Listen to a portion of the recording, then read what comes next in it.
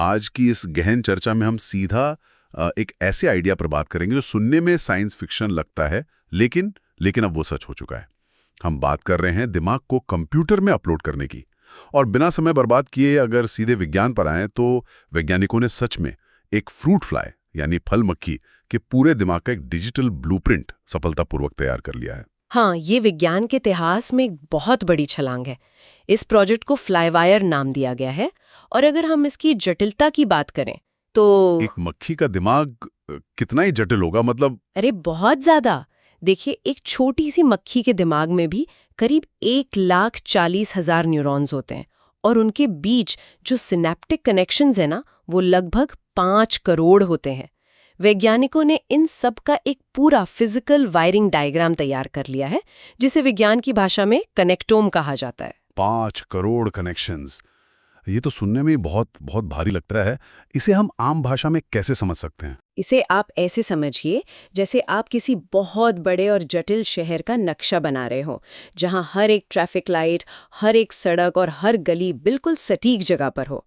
ये जो कनेक्टोम है ना, ये उस मक्खी के दिमाग का पूरा जैविक हार्डवेयर है। ठीक है, मतलब नक्शा तो बन गया, लेकिन एक मरी हुई मक्खी का डिजिटल नक्शा कंप्यूटर में करेगा क्या? वो तो बस एक डेटा फाइल है ना? हाँ, यहीं पर कहानी में सबसे दिलचस्प मोड़ आता है।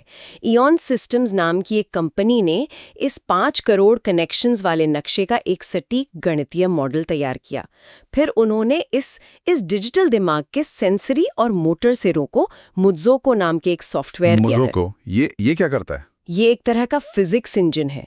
जैसे आप वीडियो गेम्स खेलते हैं तो उसमें गुरुत्वाकर्षण और चीजों के टकराने का असली जैसा एहसास होता है ना, बिल्कुल वैसे ही। तो उन्होंने इस इंजन के अंदर एक वर्चुअल मक्खी का शरीर बनाया और उस डिजिटल दिमाग को इस शरीर से कनेक्ट कर दिया।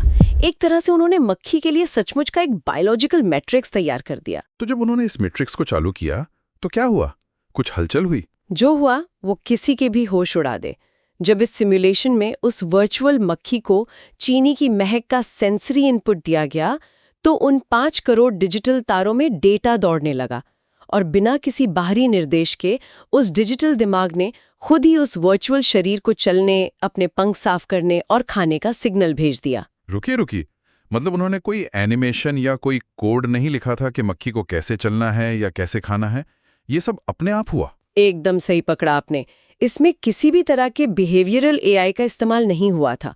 मतलब इसे किसी आम एआई की तरह ये सही है, ये गलत है वाली ट्रेनिंग नहीं दी गई थी, जिसे हम रीइंफोर्समेंट लर्निंग कहते हैं। अच्छा। हाँ, कोई पहले से प्रोग्राम किया हुआ एनिमेशन नहीं था। बस उन जैविक तारों को कंप्यूटर में बनाया गया और उन्होंने अपने पर्यावरण के प्रति बिल्कुल वैसे ही प्रतिक्रिया दी जैसे कोई असली जीव देता है।